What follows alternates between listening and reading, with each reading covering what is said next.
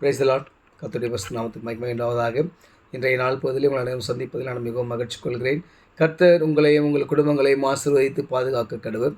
எனக்கு அருமையானவர்களே, இன்றைய நாள் பொழுதிலே நாம் தியானிக்க தெரிந்து கொள்ளப்பட்ட இறை வாக்கியம் தாவீதின் சங்கீத பாடல் 81 பாடலின் 16 திருவார்த்தை.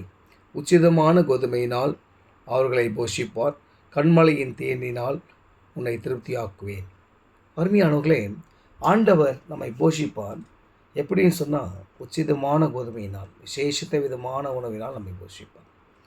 ரெண்டாவது, கண்மலையின் தேனினால் நாம் என்ன பண்ணுவோமா, நம்மை திருப்தியாக்குவார். இன்றைய பொழுதில் கண்மலை, அந்த மலை தேன் சொல்லுவாங்க இல்லையா, கண்மலை மேல் இருக்கிற அந்த தேன், கொம்பு தேன் சொல்லிட்டு அநேக வகைகள் உண்டு.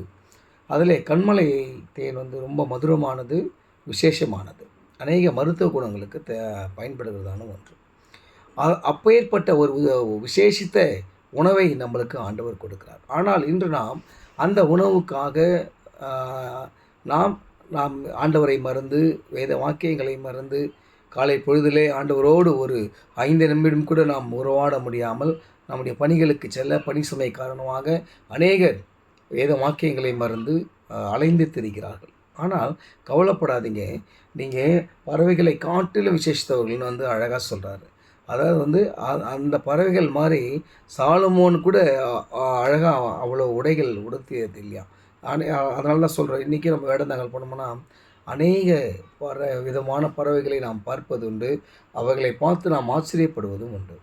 எனக்கு அருமையானவர்களே, அப்பேற்பட்ட பறவைகளை போஷிக்கிற தேவன் விசேஷ விதமாக நம்மளை அவருடைய கரங்களாலே உருவாக்கி தன்னுடைய ஜீவ சுவாசத்தை கொடுத்து நம்மை மனிதனாக்கின ஆண்டவராகிய இயேசு கிறிஸ்து நம்மளை போஷிப்பது அதிகமான நிச்சயம் அல்லவா. இந்த வார்த்தைகள் என்னடான்னு சொன்னால், விசேஷிதமான போதனை 2 விதமாக இருக்குது. ஒன்று உலக பிரகாரமான சரீர உணவு, 2வது ஆவிக்குரிய உணவு.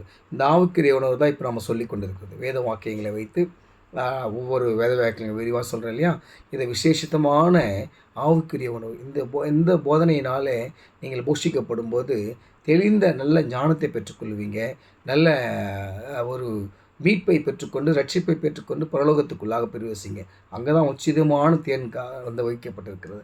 உலக பிரகாரமான ஆகாரங்கள் கூட நமக்கு ஆண்டவர் கொடுக்க வல்லவராக இருக்கிறார். அதில் காலத்திலே நேர்த்தியாய் நம்மை போஷித்து விசேஷித்த விதமாக வழிநடத்துவார். அதுக்கு பெரிய உதாரணம் இஸ்ரேல் மக்கள்.